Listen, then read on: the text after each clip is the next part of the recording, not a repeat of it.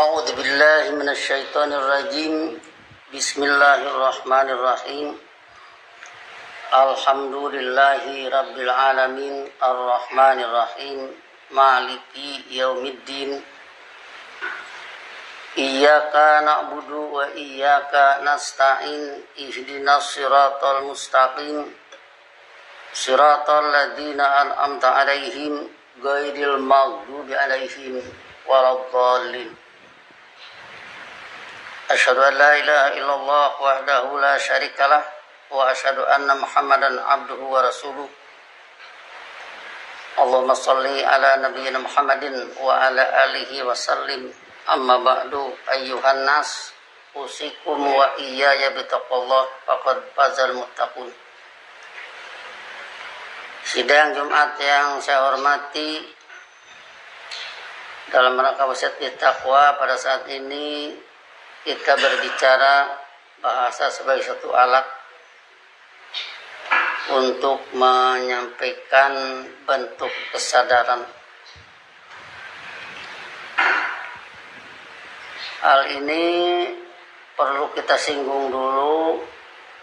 Ada yang perlu kita waspadai,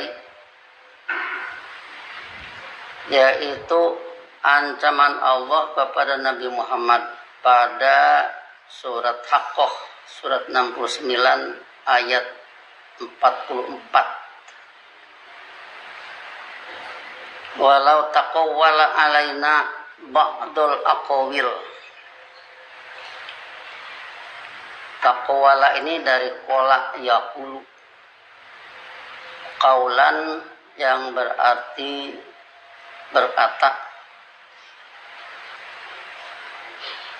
atau juga berpendapat.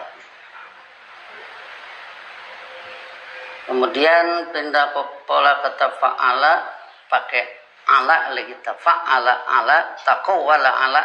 Itu arti kamusnya, kalau kita buka di kamus, membuat-buat bohong, membuat kebohongan. Kemudian aqawil ini jam'ul jawami, istilahnya jamak dari jamak. Kalau qala yaqulu kaulan artinya omongan atau pendapat. Jamaknya aqwalun berarti omongan-omongan atau berbagai pendapat. Ada jam'ul jawami, jamak dari jamak, yaitu aqawil. Hal ini kita bicarakan karena ini ada dalam Al-Quran. Tadi kita katakan surat Haqqah, surat 69 ayat 44. Sekali lagi, walau taqawwala alaina ba'dul aqawil, seandainya dia Muhammad membuat kebohongan, berbagai macam pendapat, berbagai macam omongan atau berbagai macam pendapat atas ajaran kami. Seandainya, ya, bukan berarti Muhammad membuat kebohongan, tapi seandainya.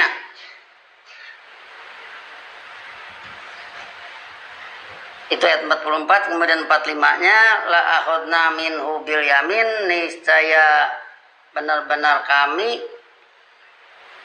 ambil tangan kanannya. Kemudian 46, sumala qata'na min hulwatin, selanjutnya benar-benar kami potong urat jantung. Nah, jadi inilah ancaman, sehingga bisa kita katakan kalau seandainya Muhammad membuat kebohongan atas ajaran Allah, maka hukumannya dibikin mampus. Ya, kalau urat jantungnya dipotongkan, dibikin mampus.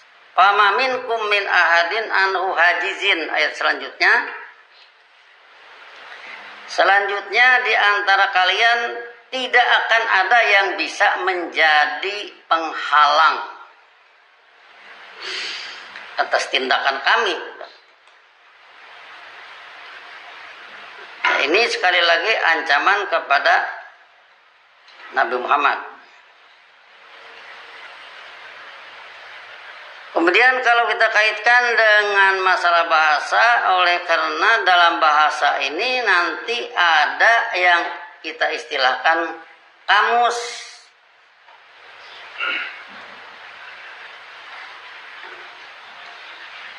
Kemudian di dalam kamus ini kita melibatkan kamus yang ada.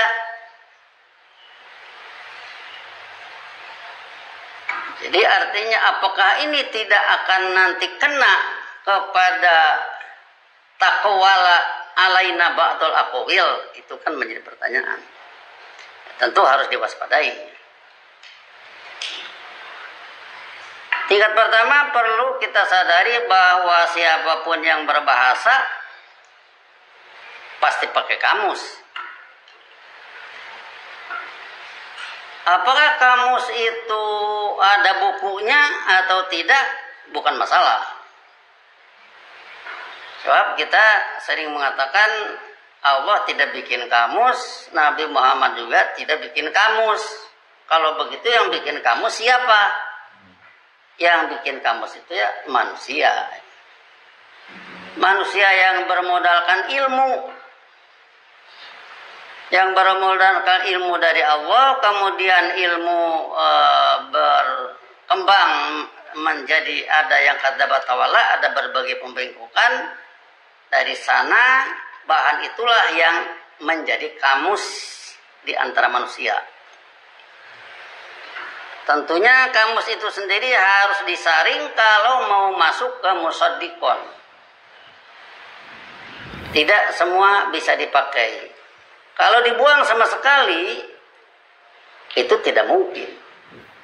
Sebab kita mengenal bahwa yang menjadi penjaga keutuhan bahasa Al-Quran itu adalah kaum Quraisy. Kaum Quraisy di saat itu sangat pandai. Tetapi kalau kita tanya apakah di saat itu ada buku misalkan kamus kayak Al-Munawwir atau Al-Munjid, kayaknya saya tidak bisa menentukan ada. Sebab kalau berbicara kertas saja katanya berkembang selanjutnya, setelah itu baru ada kertas. Nah, jadi disinilah artinya kalau kita perbandingkan mau orang Sunda, mau orang Jawa, mau orang yang ada di sekitar kita, ya, termasuk orang Indonesia, dia ngomong bahasa Indonesia.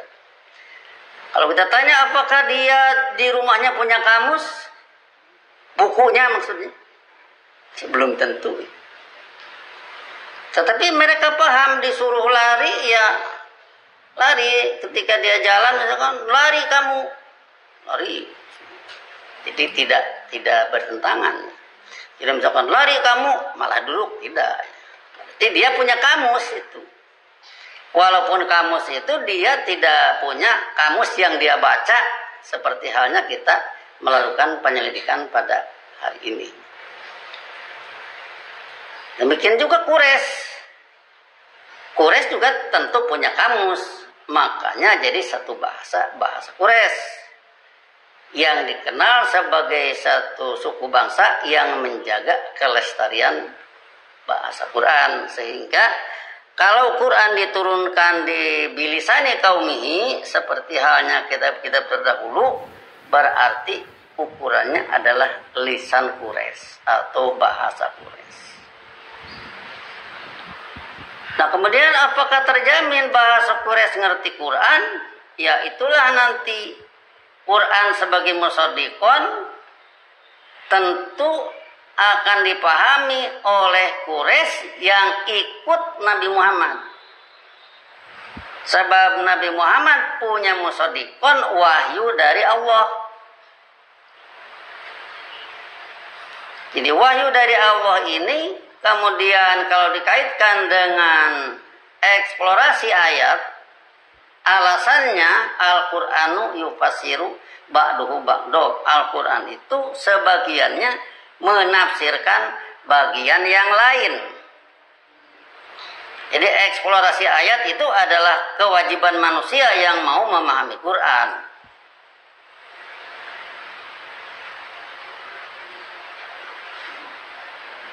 Di sini kalaupun misalkan luas dan tidak luasnya seseorang dalam pemahaman ini tentu tergantung kepada ayat-ayat yang dia tangkap.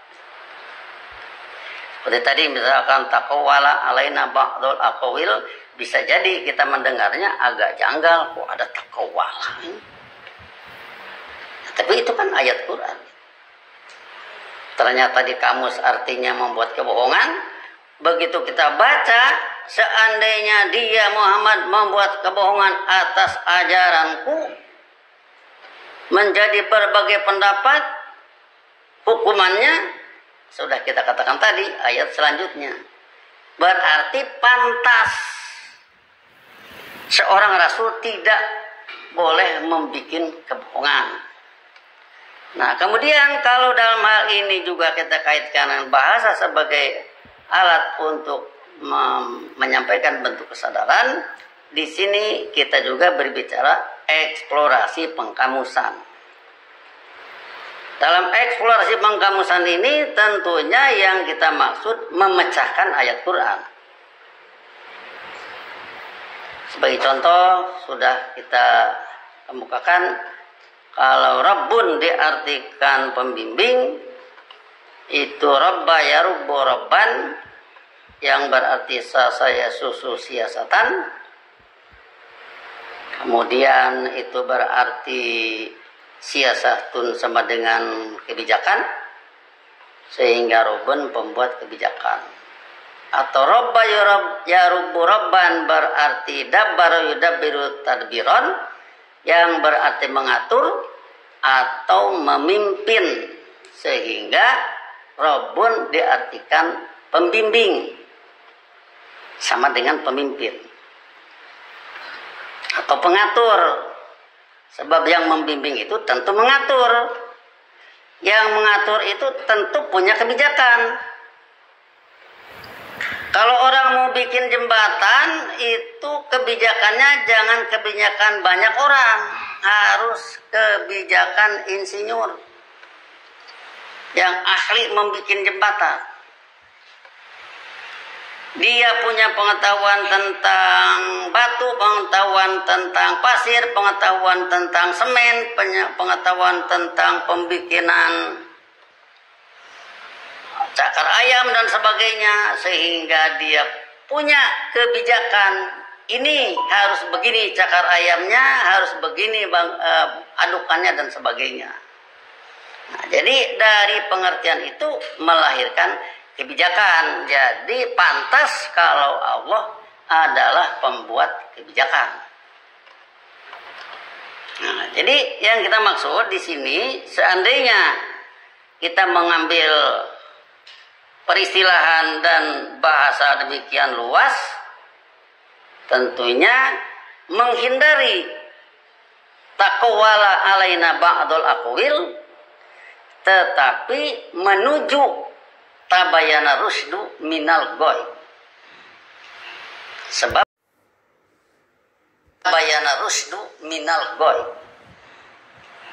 sebab dakwah itu tabayana rusdu minal goy. Pada Baqarah 256, la ikraha fiddin qad tabayana rusdu minal goyi, tidak ada paksaan dalam tatanan kehidupan, sungguh telah jelas ar-rusdu, kehidupan berpedoman. Ar-rusdu sebagai al-ihtidal minal goy, gowaya wigoyan ngawur, banding kehidupan ngawur. Telah jelas kehidupan berpedoman banding kehidupan ngawur. Itu adalah tujuan dari dakwah. Jadi untuk ini maka kita menggunakan apa istilahnya eksplorasi pengkamusan. Artinya kalau kita membeli Quran yang pakai terjemah dari toko ya banyak gitu. Begitu kita baca, ya kan kita ngerti tidak? Ngerti. Ya ngerti apanya? Ngerti terjemahnya. Kalau begitu pengusutan pengkamusannya tidak ada. Nah ini tentunya menjadi satu kekurangan. Sebab kamus itu harus ada. Kalau kita orang Quraisy mungkin tidak usah. Tapi kita ini orang Indonesia. Maka tentunya kita harus bertanya, kalau di zaman sekarang, kalau zaman dulu ya kita katakan tadi, entah ada bukunya entah tidak, tapi yang jelas itu orang pada pandai, pada hafal pengkamusan, seperti halnya orang Sunda berbahasa Sunda, tidak punya kamus, tapi dia bisa ngomong Sunda. Dia kalau disindir misalkan bisa marah, disindir bisa tersinggung karena mereka punya pengkamusan. Jadi dalam hal ini kalau memperluas peristilahan itu tentunya bermaksud untuk mencapai tabayana rusdu minal goy. Kalau tidak bermaksud itu, ingat ancamannya. Nabi Muhammad saja membuat bohong berbagai pendapat, maka hukumannya dibikin mampus oleh Allah. Jadi disinilah artinya pengkamusan, dalam arti bahwa kalau kita bawa ke warattilal Qur'ana tartila, apa atiratala kamusnya ya, ta'annaqo fi tilawatihi, itu kamusnya. Ta'annaqo fi tilawatihi artinya teliti dalam membaca. Jadi warattilal Qur'ana tartila, telitilah Al-Qur'an seteliti-telitinya dengan kamus itu. Kemudian inna sanulki alaika kaulan sakila, sesungguhnya kami akan melontarkan kepada Anda omongan ilmiah yang berbobot hebat. Ya, kita sebut relevan itu. Berhubungan artinya. Suruh meneliti, setelah teliti menghasilkan omongan ilmiah yang berbobot hebat. Karena meneliti. Kalau bacanya selewat, kayak anak-anak a'udzubillahi minasyaitonirrajim, entah apa maksudnya, bismillahirrahmanirrahim, tidak tahu artinya dan sebagainya, hanya hafal, itu namanya anak-anak. Tapi kalau ingin mengerti apa kandungan mananya, tentunya pengkamusannya harus ada. Pengkamusan mana yang relevan? Kita katakan tadi, meneliti Al-Quran dari istilah ratilil Quran, menghasilkan omongan ilmiah yang berbobot hebat, tentunya relevan. Jadi membaca pakai penelitian. Yang diteliti apa? Ya yang diteliti ya bacaannya, yang diteliti pengkamusannya, yang diteliti nilai ilmunya, metodis dan tidaknya. Yang diteliti apakah ini sistematis atau tidak, apakah ini analitis atau tidak, apakah ini objektif atau tidak, yang kita kenal dengan ilmu tafsir. Itu namanya penelitian. Nah, jadi di sini artinya bahwa kita berbicara bahasa, di dalamnya ada pengkamusan, tentunya harus bermaksud mencapai tabayana rusdu minal goy. Sebab bisa saja kacau balaunya manusia di atas permukaan bumi ini, pertentangan satu dengan yang lainnya, penjajahan satu bangsa dengan bangsa yang lainnya, peperangan dan sebagainya, bisa saja itu karena kesalahpahaman. Kita berbicara satu aja ya. Alam ahad ilaikum ya bani Adam. Tidakkah aku wasiatkan kepada kalian wahai anak-anak Adam, Allah ta'budus syaiton, yaitu janganlah kalian hidup mengabdi menurut ajaran setan. Kita ambil ya bani Adam, anak-anak Adam, sama dengan keturunan Adam. Kalau dilihat dari sini saja, kalau disadari, orang Amerika misalkan timbul pertentangan dengan bangsa-bangsa yang lainnya, orang Amerika sendiri Bani Adam, yang lain juga Bani Adam. Kalau dilihat dari sini saja, seharusnya ya kenapa harus terjadi kesalahpahaman? Kenapa nggak damai sebagai anak Adam? Nah, jadi dari sini saja sebenarnya harus sudah mulai terungkap. Kenapa ini sampai begini? Berarti tidak pernah meneliti ini semua keturunan Adam. Sama dengan saudara semua. Kalau dilihat dari sini sama dengan orang sudah tidak sadar lagi bahwa itu saudara. Satu nenek moyang. Satu saja ya. Belum yang lain-lainnya. Demikian artinya bahwa di sini kita melakukan tatil Quran, tentunya penelitian Quran dilihat dari pengkamusan tadi, ya, diteliti bentuk katanya, diteliti kalimatnya, diteliti nilai ilmu dan sebagainya, yang akan menghasilkan kaulan sakilah. Nah, ini sebenarnya yang boleh dikatakan mungkin umumnya manusia tidak melakukan. Artinya apa? Beli Quran ada terjemahnya, sudahlah itu aja. Itu artinya tidak pakai penelitian. Ada yang mengamalkan ayat Quran ada terjemahnya, sudah itu saja. Jadi disinilah artinya bagaimanapun antara yang meneliti dengan yang tidak pasti ada perbedaan dalam bentuk pendalamannya. Di situlah artinya kita melakukan eksplorasi ayat karena Al-Qur'an yufassiru ba'du ba'du. Misalkan eksplorasi ayat ini, nah sudah aja yang ada misalkan. Ya kalau yang ada ini belum seluruh Quran, ya masih kewajiban manusia. Mau diapakan ayat-ayat yang lainnya? Qurannya ada di kita, ayat-ayatnya bisa kita baca. Ini belum dipahami karena belum ada yang mengajarkan. Ya harus cari. Harus siapa lagi? Masa harus mengundang malaikat Jibril?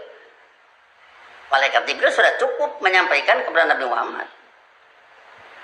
Nabi Muhammad menyampaikan kepada manusia, kemudian sampai sekarang sudah dibukukan, dan Allah menjaga, inna nahnu nazzalna dzikra wa inna lahu lahafidun. Ternyata ada yang mau merusak Quran, mereka akan mampus. Jadi Al-Quran Allah jaga. Fisiknya Al-Quran Allah jaga. Tapi kandungan maknanya menjadi berbagai macam-macam pendapat, tentunya ini karena berbeda penelitian. Jadi disinilah maka kalau la ikraha fiddin qad tabayyana rusdu minal ghayy, tidak ada paksaan dalam tatanan hidup.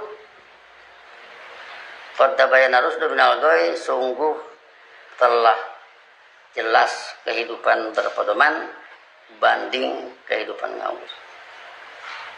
Itu adalah tujuan dakwah dan itu dijadikan satu patokan dalam kaitan dengan dakwah bil lisan. Selanjutnya yang menyangkut dakwah bil hal, yang dakwah bil lisan ini harus ada dakwah bil hal, itu dalam bentuk kenyataan. Dalam bentuk kenyataan orang melakukan sholat, dalam bentuk kenyataan orang baca Quran, dalam bentuk kenyataan orang cerdas. Cerdas bisa menangkap ayat, bisa mengerti kalimat, itu data ya. Artinya itu merupakan dakwah ilhal. Dan ini harus terus berkembang. Tentunya di sini yang harus kita pelihara adalah berbagai generasi muda sebagai pelanjut kita yang tentunya sejarahnya tidak akan sama dengan kita. Kalau kita misalkan dulu umur 35 tahun baru merangkak-rangkak, baru tahu iman, pandangan, dan sikap hidup, baru tahu sholat pembinaan iman, yang kesidinya tahu lagi sholat adalah upacara kepatuhan. Berdasar apa misalkan upacara kepatuhan? Karena labaik, ucapan dari orang yang melakukan tawaf itu berarti aku sambut panggilanmu dan dengan setia siap menerima perintahmu. Itu yang tawaf. Yang tawaf berkeliling Ka'bah, yang sholat menghadap Ka'bah, Ka'bahnya itu juga. Kalau yang tawaf sambil melambaikan tangan karena Ka'bahnya dekat. Kalau orang yang sholat menghadap Ka'bah berarti sama aja menghadap simbol dari komandan. Sebab ucapan yang tawaf itu aku sambut panggilanmu. Mu-nya ini Allah yang manggil sambil melambaikan tangan ke Ka'bah. Apakah Ka'bah itu Allah? Bukan, Allah itu bukan makhluk. Jadi itu lambangnya. Orang yang sholat juga menghadap Ka'bah. Kita katakan upacara kepatuhan. Kenapa? Ini relevan sekali. Berhubungan sekali. Artinya kalau kita sholat tidak merasa menghadap simbol dari Allah, yaitu Ka'bah, berarti kita sholat ini kalau istilah orang Sunda malaweng. Artinya sholat tidak fokus. Tidak fokus menghadap komandan. Komandannya ada di Mekah, yaitu di Masjidil Haram. Simbolnya komandonya Quran, komandannya Allah, simbolnya Ka'bah, sehingga orang sholat upacara kepatuhan menghadap simbol komandan.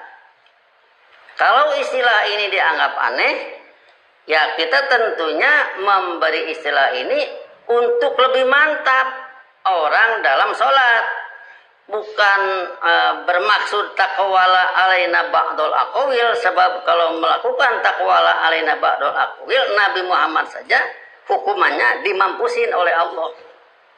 Tapi ini untuk makin merebak tabayyana rusdu minal ghoi kepada yang sudah ngaji Quran dan Sunnah Rasul, berikut orang yang belum ngaji Quran dan Sunnah Rasul, supaya serius. Sebab banyak yang main-main dalam sholat ini, khususnya taraweh ya. Kalau saya dulu ya, entah kalau sekarang. Taraweh itu paling jadi permainan. Jadi sehingga saya kira permasalahannya, mudah-mudahan hal ini menjadi satu bahan untuk kita semua, satu segi berhati-hati, tapi di segi lain tetap harus ada satu bahan untuk kita semua, satu segi berhati-hati, tapi di segi lain tetap harus ada eksplorasi ayat dan eksplorasi pengkamusan. Barakallahu li wa lakum bil Qur'anil azim wa nafa'ani wa iyyakum bima fihi min ayati wa dzikril hakim wa taqabbala minni wa minkum tilawatahu innahu was-sami'ul alim wastaghfiru innahu huwal ghafurur rahim.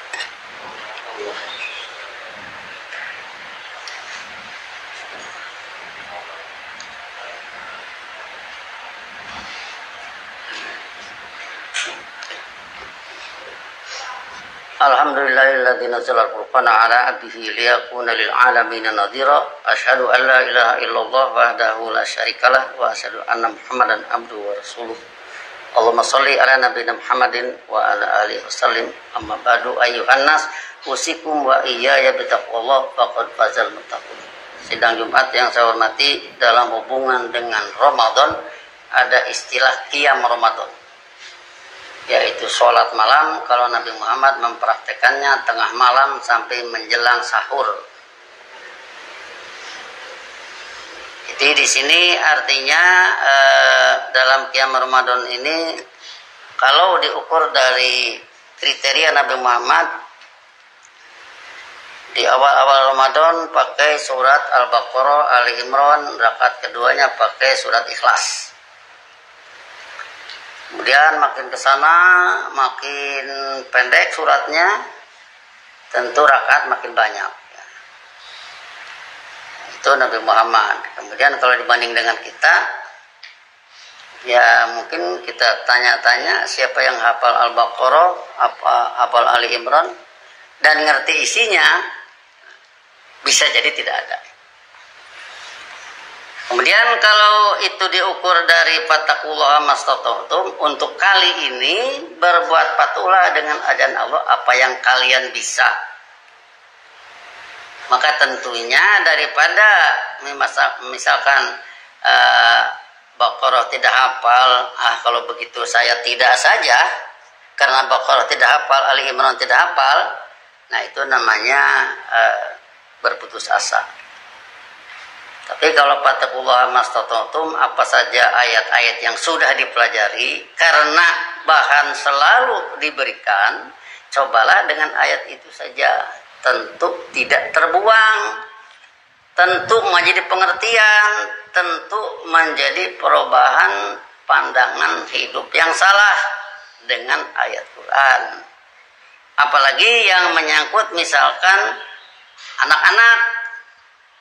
anak-anak bagaimana nih, Baqarah tidak hafal, hafalnya surat pendek. Ya apa salahnya surat pendek saja, surat Muluk dan seterusnya, misalkan surat Al-Ghasyiyah, surat Al-A'la, surat At-Takasur, terus saja itu dilatih, tidak apa-apa, demi fattaqullaha mastata'tum. Jadi jangan sampai ada satu bahasa begini, Ramadan ini belum bisa tahajud, mudah-mudahan tahun depan. Datang lagi Ramadan tahun depan, tahun ini belum bisa tahajud, mudah-mudahan tahun depan. Datang lagi nanti Ramadan, Ramadan ini belum bisa tahajud, mudah-mudahan tahun depan. Ya ujungnya uburnya habis, tahajudnya tidak pernah ada. Nah, jadi inilah satu penyakit, mungkin ya karena orang bisa cari-cari alasan, bisa saja itu dibudayakan, tapi kita menghindari membudayakan yang demikian. Peganglah fattaqullaha mastata'tum, apa yang kita bisa kita lakukan. Kalau sebagai satu anjuran, misalkan ambillah di musola di daerah kita sholat jamaah isanya, setelah itu masing-masing sholat di belakang, masing-masing saja sholatnya. Dalam arti masing-masing itu artinya hafalan masing-masing. Ya misalkan kalau seseorang jadi imam kemudian makmumnya tidak paham, ya ujungnya boleh dikatakan ini kurang relevan.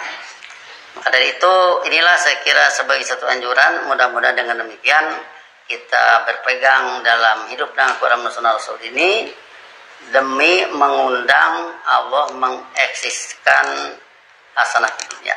Itu harus diundang dengan keseriusan, kepatuhan, pengertian yang tinggi, pengorbanan yang memadai. Sebab Nabi Muhammad menguasai Quran, kemudian juga berkorban juga, bayar zakat dan sebagainya. Khadijah juga menguasai Quran, apa yang sudah sampai diwahyukan di saat itu, kemudian juga berkorban segalanya. Itu semua menjadi syarat Allah memberi izin kehidupan ridho tergelar di permukaan bumi ini. Jadi kalau kehidupan ridho misalkan kita berpikir sampai sekarang belum muncul-muncul, ya jangan salahkan Allah. Sebab kalau Allah itu begitu nanti ada orang mengusir para rasul, waqala ladina kafaru li rusulihim lanukhrijanakum min ardina aw la ta'udunna fi millatina fa auha ilaihim rabbuhum lanuhlikanna dzalimin. Allah mengancam kepada yang manusia berkhianat, akan kami binasakan para pelaku dulu. Jadi kalau kita bertanya, kenapa sampai sekarang Allah tidak membinasakan para pelaku dulma? Yang mengundangnya, yang belum siap. Yang mengundangnya, yang belum memenuhi. Inilah sebagai koreksi kepada kita semua, sehingga dengan demikian maka Ramadan ini yang tinggal setengah bulan lebih, ya, mudah-mudahan kedepannya melakukan perbaikan-perbaikan. Allahumma sholli ala nabiyina Muhammadin wa ala alihi wasallim. Rabbana la tuzigh qulubana ba'da idh hadaitana wa hab lana min ladunka rahmatan innaka antal wahhab. Rabbana hab lana min azwajina wa dhurriyyatina qurrata a'yun waj'alna lil muttaqina imama. Rabbana innana sami'na munadiyan yunadi lil iman an aminu bi rabbikum fa amanna. Rabbana faghfir lana dzunubana wa kaffir 'anna sayyi'atina wa tawaffana ma'al abrar. Allahumma inna ala dzikrika wa syukrika wa husni ibadatika. Rabbana atina fid dunya hasanah wa fil akhirati hasanah wa qina adzabannar. Ibadallah, innallaha ya'muru bil adli wal ihsan wa ita'i dzil qurba wa yanha 'anil fahsya'i wal munkar wal baghi ya'idukum la'allakum tadhakkarun. Fadhkurullaha yadhkurkum wad'uhu yastajib lakum wa la dzikrullahi akbar. Wassalamualaikum warahmatullahi wabarakatuh.